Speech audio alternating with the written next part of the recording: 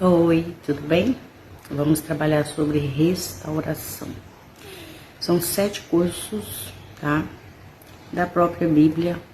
Vamos aprofundar um pouquinho, né? Trazer aqui algo que vai nos restaurar a nossa vida, né? A primeira aula é santificação da alma ferida. Tá em Hebreus 12, do 7 ao 17. Eu vou ler, aí depois a gente vai falando um pouquinho, tá? É para a disciplina de vocês, perseveram, tá vendo? Deus os trata como filhos.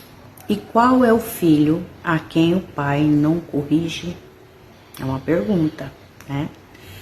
Mas se estão sem essa correção, da qual todos se tornaram participantes, então vocês são bastardos e não filhos. Além disso, tínhamos os nossos pais humanos que nos corrigiam e nós os respeitávamos, né? Será que então não nos sujeitamos muito mais ao Pai espiritual para vivermos? Pois eles nos corrigem por pouco tempo, segundo melhor lhes parecia, né? Era do jeitinho deles. Deus, porém, nos disciplina para o nosso próprio bem, a fim de sermos participantes da sua santidade. Na verdade, toda disciplina, ao ser aplicada, não parece ser motivo de alegria, mas de tristeza. Porém, mais tarde produz frutos pacíficos aos que têm sido por ela exercitados, fruto de justiça. Por isso, levantem as mãos cansadas e fortaleçam os joelhos vacilantes. Façam caminhos retos para os seus pés, para que o manco não se desvie, mas seja curado. Procurem viver em paz com todos e busquem a santificação, sem a qual ninguém verá o Senhor. Cuidem para que ninguém fique afastado da graça de Deus e que nenhuma raiz de amargura brotando cause perturbação e, por meio dela, muitas sejam contaminadas. E cuidem para que não haja nenhum impuro ou profano, como foi Esaú, o qual, por um prato de comida, né, um prato de lentilha, vendeu o seu direito de primogenitura. Vocês sabem também que posteriormente, querendo herdar a bênção, foi rejeitado, pois não achou lugar de arrependimento, embora com lágrimas o tivesse buscado, né? Então, voltando aqui em Hebreus 12, ele fala muito, né, da nossa santificação, das nossas feridas na alma, que nos afastam do Senhor, né? Os nossos pais nos corrigiram, né? A gente ficava magoado com eles, né? Mas era uma correção do qual eles aprenderam e a gente aprende com nossos filhos aprendem conosco, né? E vai passando de um para o outro. Mas a correção do Senhor, ela é fiel, ela é verdadeira. E nós temos que aceitar a correção dele, né? Nós temos que identificar essa correção na nossa vida. Nem tudo é para o nosso bem, nem tudo foi feito para nós, né? E porque Deus já nos formou, Ele já tem predestinado toda a nossa vida. Quando a gente entende isso, a gente vê o favor dele sobre nós, né? A nossa mente é mudada através disso. Aqui eu reforcei assim: Deus, porém, nos disciplina para o nosso próprio bem, a fim de sermos participantes da sua santidade, né? Porque a gente tem que buscar a ser santo, porque sem isso a gente não vai ter a prioridade de estar no céu, né? Porque mais aqui embaixo fala assim, no versículo 14, diz assim: procurem viver em paz com todos. Tá vendo? Então temos que desejar paz dentro da nossa casa, no nosso trabalho, né? Na nossa vizinhança, na igreja, né? Em todo local que a gente for passar, a gente tem que disseminar paz, né? Algo muito que hoje em dia tá difícil, né? No trânsito, principalmente, né? As pessoas estão impacientes umas com as outras, dentro de casa, no mercado, né? Em toda parte as pessoas estão se esfriando e cada dia mais vai ficar dessa forma, né? Então a gente tem que santificar nossa alma todos os dias. Então, por quê? Procurem viver em paz com todos e busquem a santificação. Santificação é o quê? É buscar o Senhor todos os dias, é ler, é andar na justiça do Senhor, é viver os seus propósitos, é viver as suas promessas, né? Só com Ele, não tem outra explicação, tá? Que fora dele não há nada de bom, se não for com Ele, né? Sem a qual ninguém verá o Senhor. Se não formos santificados, se não buscarmos Ele todos os dias, se não buscarmos viver corretamente como Ele quer, né? Como está determinado para nós, né? Porque a nossa criação é para o Senhor Jesus, é para edificar o nome dEle nessa terra, né? Não é para viver reclamando, murmurando, brigando, querendo o mal do outro, né? Isso não está na sua justiça, certo? Aí aqui mais para frente eu escrevi assim: quando somos corrigidos, devemos procurar ouvir a voz de Deus em relação à área em que erramos. Se nós erramos com nossos filhos, nós temos que buscar corrigir no Senhor, né? Faz oração, né? Se foi no relacionamento, se foi no serviço, se foi com o patrão, se foi com o vizinho, né? Ou em qualquer outra área que você errou, né? Na vida financeira, gastou demais, um desperdício. São coisas mínimas também, né? E a gente tem que buscar no Senhor.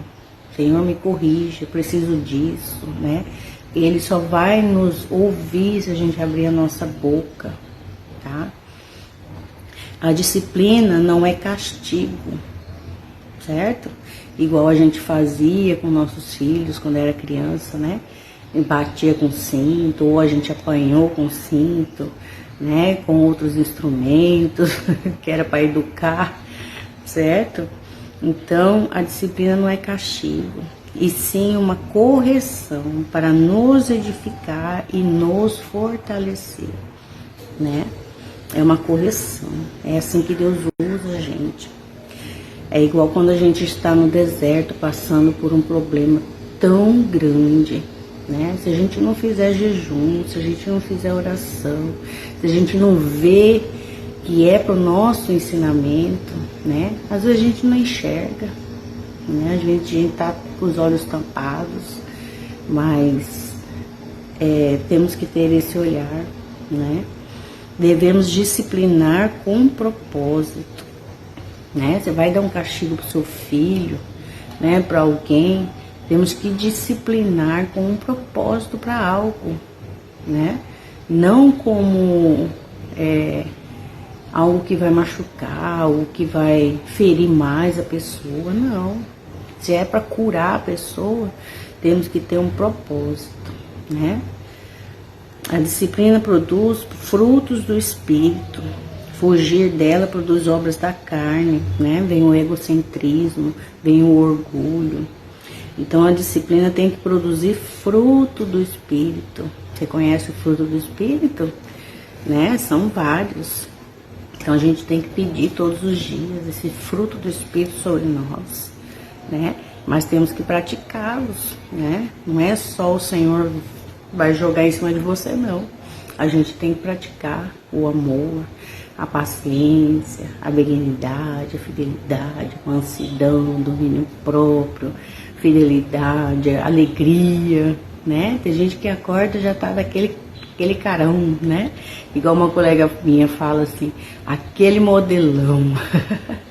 Então a gente tem que buscar esse fruto do Espírito, né, para nós todos os dias.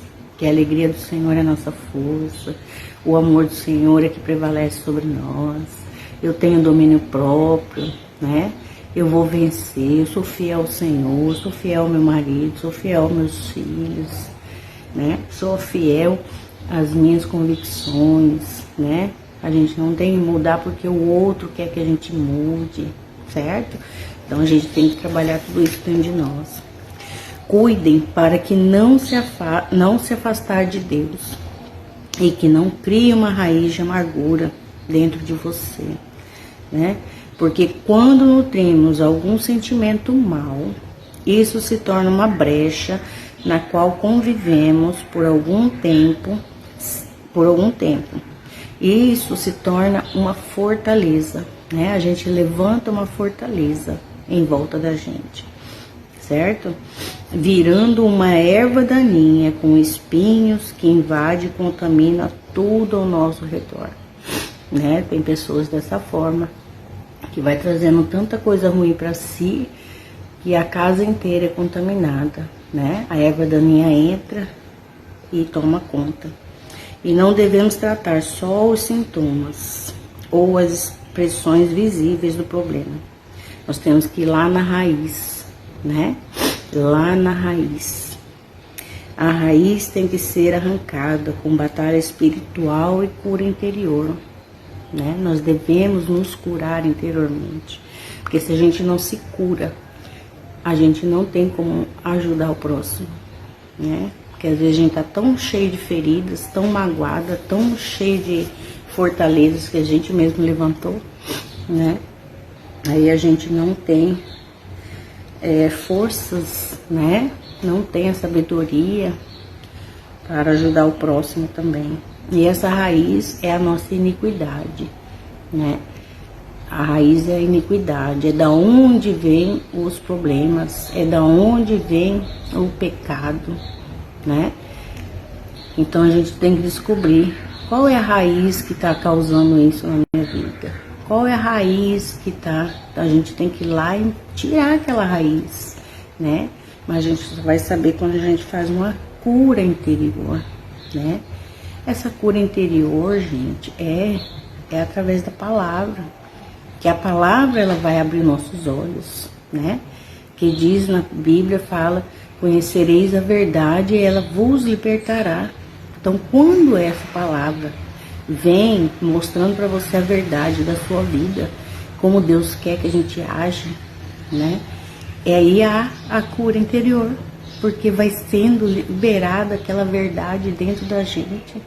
E a gente vai vendo, o Senhor me ama, o Senhor fez isso por mim, Ele me criou. É igual lá no Salmo 139, se puder ler, leia, tá? Ali foi um salmo que mostra a perfeição do Senhor para nós, o quanto Ele nos ama, é tão grande, que Ele nos formou no céu, nos seus pensamentos. Você já pensou nisso? Deus te ama tanto, que Ele te formou. Ele pensou em cada detalhe, na cor da sua pele, né, nos seus olhos, no seu cabelo, certo? Tem pessoas que não se amam, né? Olha só que tristeza é pro Senhor, porque aquela pessoa que não se ama, não se cuida, né? Aí se droga, se bebe, né? Faz mal ao seu próprio corpo. E Deus deixou tudo estipulado o que a gente tem que fazer na palavra do Senhor, né? Basta a gente ler, basta a gente aprofundar. Tudo isso é cura interior. É a verdade que vai libertar a gente, né? Vai trazer a revelação. Olha só, o outro versículo a ser trabalhado nesse tema, né? Da restauração, santificação da alma ferida, que é o primeiro tema.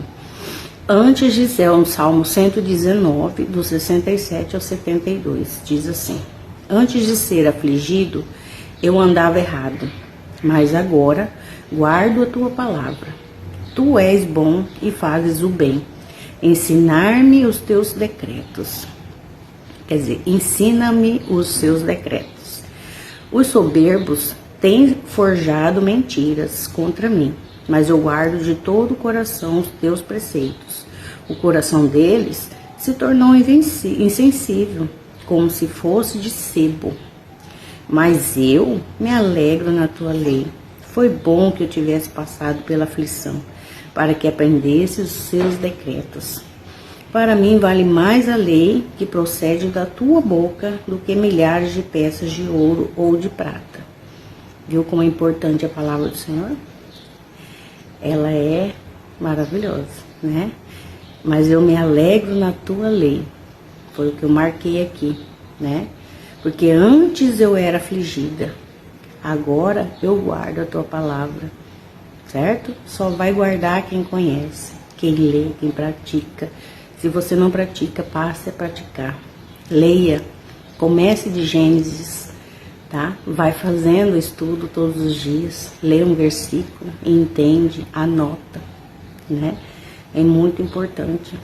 E a gente vai aprendendo cada linha, né, dessa palavra.